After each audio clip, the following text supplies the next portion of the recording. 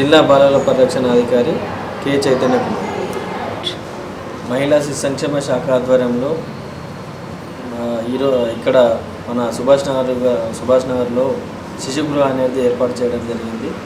ఇది 2010లో ఏర్పాటు చేయడం జరిగింది.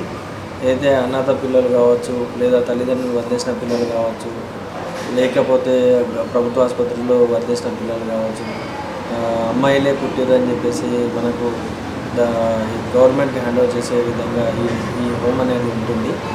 ఈ పిల్లలకు ప్రస్తుతం ఏంటంటే 24 మంది పిల్లలు ఇప్పుడు షెల్టర్ ఇవ్వడం జరిగింది. ఈ దత్తత ఎవరైతే పిల్లలు అంటే అమ్మాయిలు పుట్టిరని చెప్పేసి ఎక్కడనో పడేయడం కాకుండా చెత్త కుండీలో పడేయడము, లేకపోతే ఎక్కడనో మోరిలో పడేయడము అలాంటివి కాకుండా మన శిశుగృహకి సుభాష్ నగర్లో శిశుగృహకి అప్పగిస్తే బాగుంటుందని చెప్పేసి నేను కోరుకుంటున్నాను. ఇలాంటి సంఘటనలు ఏవైతే ఉన్నాయో మీరు మాకు హ్యాండ్ ఓవర్ చేస్తే మేము వేరే వాళ్ళకు కూడా ఎవరికి కూడా చెప్పడం అనేది జరగదు. ఎందుకంటే ఇది సీక్రెసీ మెయింటైన్ చేయడం అనేది జరుగుతుంది. పాప కానీ బాబు కానీ ఎక్కడి నుంచి వచ్చారు, ఎవరు సరెండర్ చేశారు అంటే ఎవరు హ్యాండ్ ఓవర్ చేశారు అనేది కూడా మేము చాలా జాగ్రత్తగా అది వివరించడం జరుగుతుంది. ఎవరికి కూడా తెలియకుండా అది మెయింటైన్ చేయడం అనేది జరుగుతుంది. దాంతోపాటు ఏంటంటే ఎవరైతే పిల్లలు లేరు అని చెప్పేసి బాధపడుతున్నటువంటి ఎవరైతే పేరెంట్స్ ఉన్నారో, తల్లిదండ్రులు ఉన్నారో, వారు అంటే చాలామంది హాస్పిటల్ చుట్టూ తిరిగి ఏదైతే లక్షల రూపాయలు ఖర్చు పెట్టుకొని కూడా పిల్లలు కాని పరిస్థితిలో ఉండి వాళ్ళ ఒక డిప్రెషన్లోకి గురయ్యి ఒంటరిగా ఉండడము, లేకపోతే మానసికంగా ఒత్తిడికి లోనవుతడం జరుగుతుంది. కనుక ఇట్టి విషయంలో ఏంటంటే మన శిశుగృహాలు ఉన్న పిల్లలకి దత్తత ఇవ్వడం అనేది జరుగుతుంది. ఇంకా ఇటువంటి ఎవరైతే పేరెంట్స్ ఉన్నారో వారు దత్తత కావాల్సిన ఏవైతే పత్రాలు ఉన్నాయో, ప్రభుత్వం నియమ నిబంధనలు ఉన్నాయి, ఏదైతే సెంట్రల్ గవర్నమెంట్ కారా వెబ్సైట్లో సెంట్రల్ అడాప్షన్ రిసోర్స్ అథారిటీ అనేది ఒక వెబ్సైట్ ఉంటుంది. మనము గూగుల్లో వెళ్ళి లేకపోతే ఇంటర్నెట్లో వెళ్ళి కూడా మనము ఆన్లైన్లో అప్లై చేసుకోవచ్చు. దానికి సంబంధించిన పాన్ కార్డు, ఆధార్ కార్డు, తర్వాత date of birth certificate, photos, తర్వాత income certificate, marriage registration copy, ఇలాంటి కొన్ని డాక్యుమెంట్స్ మనం అప్లోడ్ చేయాల్సి ఉంటుంది. ఈ అప్లోడ్ చేసిన తర్వాత ఏదైతే సీనియారిటీ ప్రకారం అంటే ఎవరైతే ఫస్ట్ అప్లై చేసారో వాళ్ళకు ముందు ఇవ్వడం జరుగుతుంది. ఇదంతా ఆన్లైన్లో అప్లై చేయడము, ఆన్లైన్లో పిల్లల్ని రిజర్వ్ చేసుకోవడం అనేది ప్రభుత్వం నిబంధనల ప్రకారం మనము ఏదైతే ఈ దత్తత ప్రక్రియ అనేది మన శిశుగృహ నిజామాబాద్ నుండి నిర్వహించడం జరుగుతుంది. ఈ ప్రభుత్వ నియమ నిబంధనలు ప్రతి రాష్ట్రం మొత్తము, దేశం మొత్తం మీద కూడా ఒకటే రూల్ ఉంటుంది. కనుక దయచేసి ఎవరో ఎక్కడో హాస్పిటల్ ఇస్తారని చెప్పేసి, లేకపోతే ఎవరో పక్కింటి వాళ్ళు ఇస్తారు, లేకపోతే ఇంకెవరో తీస్తారు మేము తీసుకుంటామని చెప్పేసి అని అంటే, దత్తత అనేది ప్రభుత్వం నిర్ణయించిన ఏదైతే రూల్స్ ఉన్నాయో దాని ప్రకారమే దత్తత తీసుకోవాలి. లేని పక్షంలో అవి అక్రమ దత్తతగా పరిగణించి మన ప్రభుత్వం తరఫున ఆఫీసర్లు కూడా దానికి ఇచ్చేసి కూడా కేసులు నమోదు చేయడం అనేది జరుగుతుంది. కనుక ఎవరైతే పిల్లలు అవసరం ఉన్నదో వారు దయచేసి శిశుగృహకు సందర్శించండి. మా ఆఫీస్లో ఉన్నటువంటి స్టాఫ్ అందరూ కూడా గైడ్ చేయడం జరుగుతుంది ఏ విధంగా అప్లై చేయాలనేది. కనుక శిశుగృహకు సందర్శించి ఆన్లైన్లో అప్లై చేయవలసిందిగా కోరుతున్నాను. సార్ ఎన్ని సంవత్సరాల నుంచి నడుస్తుంది? ఇప్పటి వరకు ఎంతమంది దత్తత తీసుకున్నారు? దాదాపు ఇప్పుడు 2011 నుంచి నిర్వహించడం జరుగుతుంది. ఇప్పటి వరకు దాదాపు 200 మంది పిల్లల్ని మేము ఇవ్వడం జరిగింది. సార్ మళ్ళీ వాళ్ళ మీద అబ్జర్వేషన్ ఏమైనా ఉంటుందా? మేము దత్తత ఇచ్చిన తర్వాత 2 సంవత్సరాలు ప్రతి 6 నెలలకు ఒకసారి వాళ్ళ ఇంటిని సందర్శించడం జరుగుతుంది.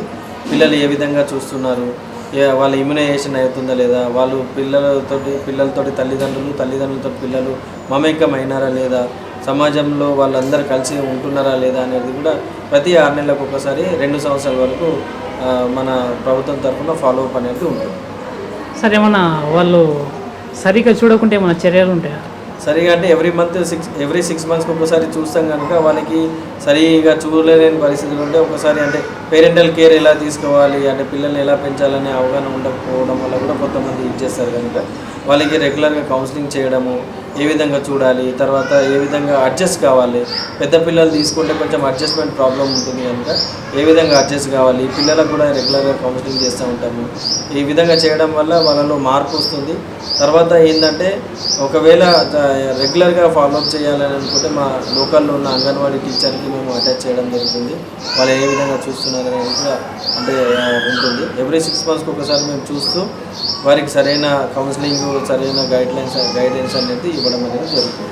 ఒకవేళ సరిగ్గా చూసుకోకపోతే వారికి మేము మళ్ళీ పిల్లల్ని రిటర్న్ తీసుకునే అధికారము ప్రభుత్వానికి ఉంది. సార్ ఇప్పుడు మీ దగ్గర తీసుకోవాలంటే ఏమన్నా సెల్ ఫోన్స్ నెంబర్ ఏమన్నా ఉందా? మన శిశుగృహకు సంబంధించిన సెల్ నెంబర్ ఏం లేదు, ల్యాండ్ నెంబర్ ఉంది.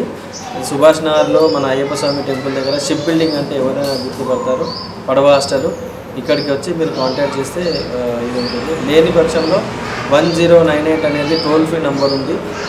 1098 అనే టోల్ ఫ్రీ నెంబర్ ఉంది. ఆ టోల్ ఫ్రీ నెంబర్కి మీరు కాల్ చేసి ఏమైనా అంటే దత్తకు సంబంధించిన ఏమేమి ప్రొఫార్మా కావాలి, ఏమైనా సర్టిఫికేట్ కావాలనేది వాళ్ళు మనకు గైడ్ చేస్తారు.